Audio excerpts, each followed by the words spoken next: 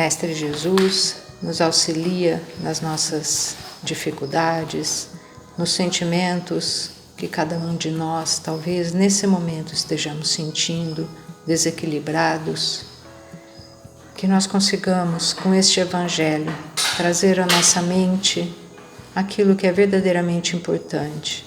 Reflitamos sobre nossas escolhas e possamos nos abastecer de novas ideias e de novos conceitos, de nova força e coragem para enfrentar a nós mesmos. Muito obrigado, Pai, por essa nova oportunidade, que assim seja. Do capítulo 12, Amai vossos inimigos, o item 12, o duelo. Sem dúvida, o duelo pode ser, em certos casos, uma prova de coragem física, de desprezo pela vida, mas é incontestavelmente a prova de uma covardia moral, como o suicídio. O suicida não tem coragem de enfrentar as vicissitudes da vida. O duelista não tem coragem de enfrentar as ofensas. Cristo não vos disse que há mais honra e coragem em estender a face esquerda àquele que bater na direita do que em se vingar de uma injúria? Cristo não disse a Pedro no jardim das oliveiras: embanhai vossa espada, pois aquele que matar pela espada perecerá. Com estas palavras, Jesus não condena para sempre o duelo? Meus filhos, o que é efetivamente essa coragem nascida de um temperamento violento, sanguíneo e colérico, que brame a primeira ofensa? Onde está a grandeza da alma daquele que, a menor injúria, quer lavá-la com sangue? Mas que ele trema, pois sempre, no fundo de sua consciência, uma voz gritar-lhe-á: Caim, Caim, que fizeste de teu irmão? Foi preciso sangue para salvar minha honra, dirá ele a essa voz. Mas ela lhe responderá: quiseste salvá-la diante dos homens por alguns instantes que te restavam para viver na terra, e não pensaste em salvá-la perante Deus. Pobre louco, quanto sangue então vos pedirá o Cristo, para todos os ultrajes que recebeu? Não apenas o feristes com a lança e o espinho, não apenas o pregaste numa cruz infamante, mas ainda, e no meio de sua agonia, ele pôde ouvir as zombarias que lhe eram prodigalizadas. Que reparação, depois de tantos ultrajes, foi-vos pedida? O último grito do cordeiro foi uma prece para seus carrascos. Como ele, perdoai e orai àqueles que vos ofendem. Amigos, lembrai-vos deste preceito: amai-vos uns aos outros. E então, ao golpe dado pelo ódio, respondereis com um sorriso, e ao ultraje com o perdão. O mundo, sem dúvida, levantar-se-á furioso, e tratar-vos-á como covarde. Levantai então a cabeça, e mostrai que o vosso rosto não teme ele também carregar-se de espinhos a exemplo do Cristo. Mas vossa mão não quer ser cúmplice de um assassínio que supostamente autoriza um falso semblante de honra, que não é senão orgulho e amor próprio. Criando-vos, Deus vos deu o direito da vida e de morte uns sobre os outros? Não. Deu esse direito somente à natureza, para se reformar e se reconstruir.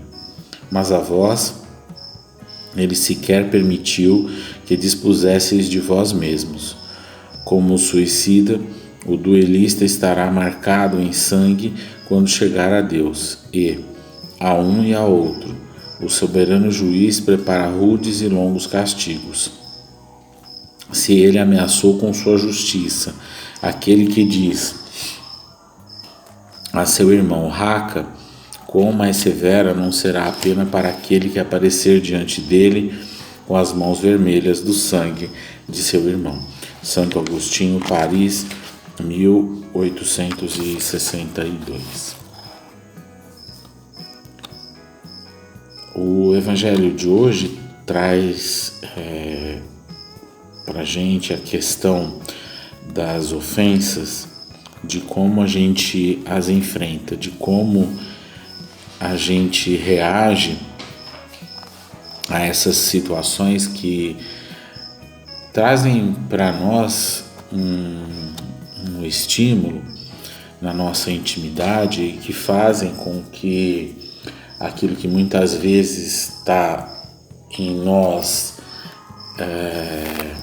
encapsulado, né? Às vezes escondido por nós mesmos, e através desses estímulos a gente traz para uma área mais elevada da nossa mente para que isso possa ser trabalhado, né? O Santo Agostinho traz para a gente aqui uma explicação, e ele termina falando, né,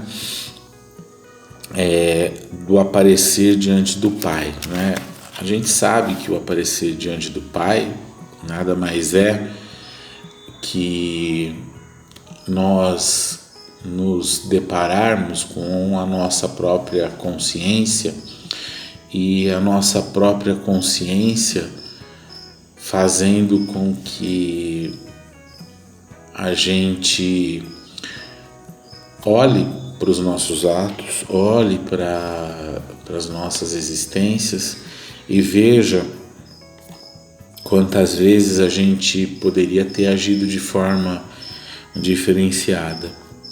E muitas vezes esse arrependimento ele toma conta das nossas mentes, e a gente, ainda com pouca evolução, com pouco desenvolvimento moral, se deixa levar por esses estímulos e acaba cometendo atos que muitas vezes são totalmente contrários às leis divinas.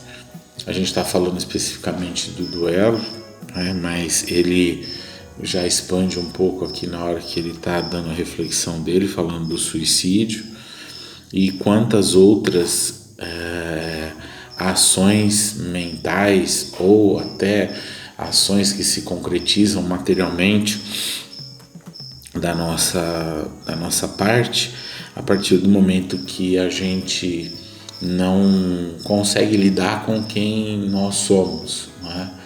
Onde a gente se rebela contra as leis de Deus, e olhando para as situações a gente vai agindo de uma forma que muitas vezes é uma forma conhecida, né? Uma forma recorrente da gente agir.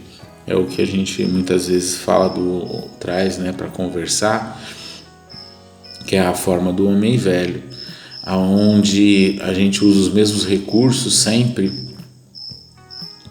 para pontos que já poderiam ser ressignificados.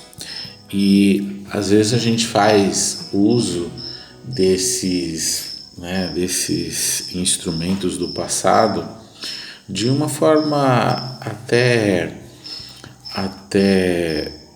ilusória, né? A gente pode até achar que ela é inconsciente, mas muitas vezes ela é movida por nós ainda termos essa pouca evolução, que faz com que a gente desconheça aquilo que seria a forma correta de agir com as situações, que foi tão bem demonstrado por Jesus, e aqui ele, né, referenciando também ao que Santo Agostinho fala, né, a forma como Jesus trata as situações, que mesmo nos momentos mais difíceis, né, ele ainda assim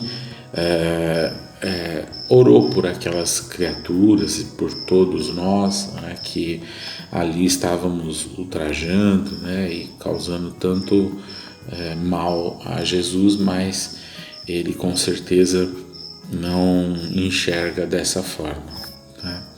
Mas é um aprendizado enorme para nós na forma como a gente deve caminhar no nosso desenvolvimento, porque Muitas vezes a gente está em busca do aprimoramento, está em busca de ser criaturas melhores e a gente acaba esbarrando muitas vezes, até já sabendo qual é o correto, esbarrando naquilo que a gente tem muito pouca prática, né? Porque a gente não pratica.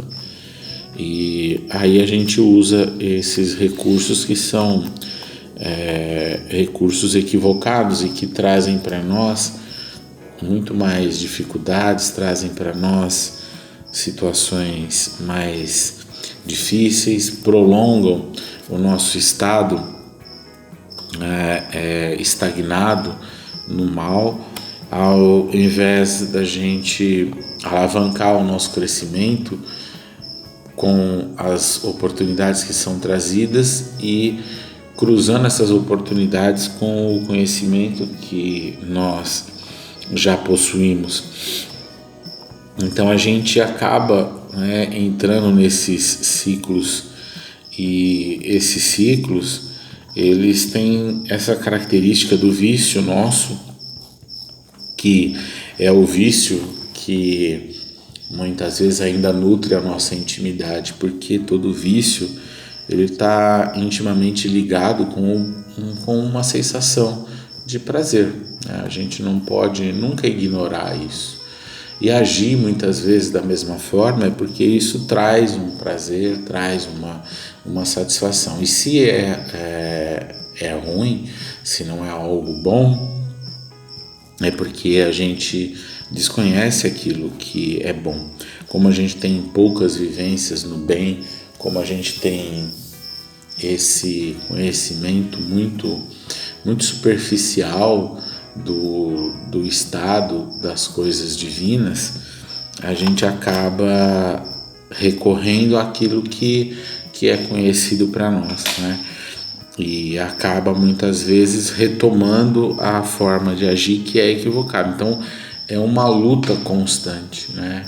E a gente aqui está falando do duelo, e a gente acaba duelando com a gente mesmo, porque a gente que já teve a oportunidade de avançar um pouco no conhecimento, no entendimento, ainda não avança na prática, né? Porque a gente ainda não consegue, vivenciando às vezes as coisas no bem, colher os frutos que essas vivências trazem, porque a gente ainda é tão enrijecido que as pequenas coisas que a gente realiza, a gente sequer consegue ter essa percepção, que seria a percepção ideal para a gente poder permanecer repetindo. E muitas vezes o que acaba acontecendo é que a gente é convocado por Deus para mudar a nossa forma de agir, de pensar, mudar as nossas atitudes, porque a gente muitas vezes é assolado pela dor, né? E a gente já na maioria dos casos poderia evitar isso com uma ação mais firme na vivência daquilo que nós atingimos um ponto que nos garante ter acesso a isso. E esse progresso, esse avanço que nos garante isso, é uma porta que se abre para a gente progredir e avançar. Então, muitas vezes, quando a gente se entrega, né, a essas ofensas e se compraz nisso, a gente demora até reflexionar sobre elas e ver que nós estamos no caminho equivocado. Então, eu acredito que se a gente começar a levar mais à frente o pouquinho que a gente já conseguiu angariar, a gente vai aos poucos combater essa atitude nossa de recorrer ao homem velho e buscar no pouco avanço, porque esse pouco, né, ele pode ser convertido em em grandes resultados para nós, para que a gente possa treinar a nossa sensibilidade e entender qual é a estrada que a gente deve adotar, qual é a estrada que a gente tem que realmente pegar e não fazer o que muitas vezes a gente faz, que é fazer a escolha pela estrada antiga.